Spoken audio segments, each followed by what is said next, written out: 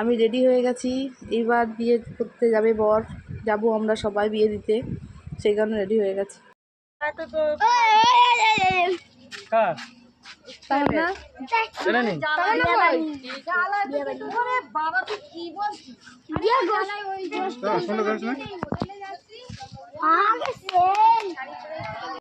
Finally এবার ওর সঙ্গে এসে দেখা করলাম, আমার দেওরের সঙ্গে।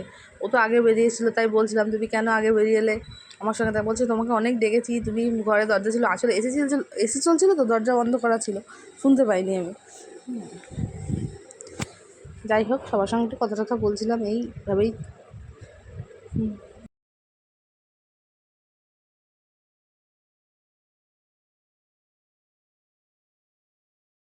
দেখো ননদকে কেমন লাগছে, ওকে একটু দেখালাম, ও খুব সুন্দর করে সেজেছে, ভীষণ ভালো লাগছিল।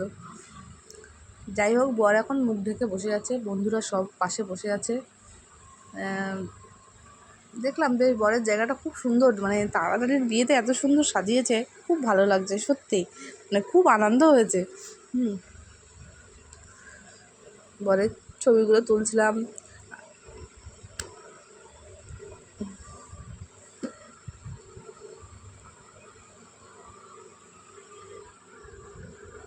এই যে মা পূজা, দেখতে কেমন লাগছে বলো তো। এবার বউর এখানে চলে এলাম, বিয়ে পড়ানো হয়ে গেছে, এখনও বেনারসি আনা হয়নি, আনলে বউ বেনারসিটা পরবে মোটামুটিভাবে। কিরে শাড়িটা পরে রেডি হয়ে বসে আছে। দেখো ওকে খুব সুন্দর দেখতে লাগছিল। তারপর আবার দেওরের এখানে আসলাম, বরের বন্ধুরা সব বসে আছে। ও আমার গায়ে কাদা দিয়েছিল, তাই আমি ওকে বলছিলাম কেন কাদা দিয়েছে, কী জন্য দিয়েছে, বলছে আর দেবো না আর দেবো না। খুব কাদা মাখিয়ে দিয়েছিল আমাদের প্রত্যেককে, খুব বাজেভাবে। বরের বন্ধুগুলো সব মোটামুটি ইয়ার্কি আড্ডা ওরা করছে, ওদের মতন করবেই, এটা বিয়ে বাড়ি, এটা তো করতেই হতো। ওরা বরের জুতোটাকে লুকিয়ে রেখেছে যাতে ওই শালিগুলো না নিতে পারে, শালিগুলোও গেটের গোড়ায় দাঁড়িয়ে আছে যে না।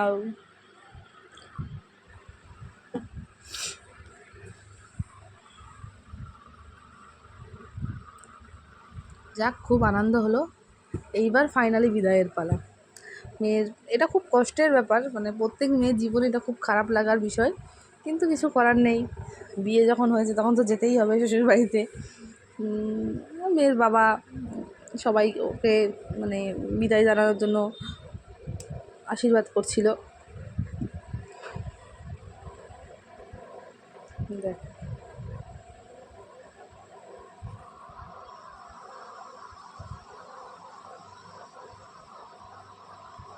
আংটি পরিয়ে দিচ্ছিল, আশীর্বাদ করে আংটি পরিয়ে দিচ্ছিল প্রত্যেকে।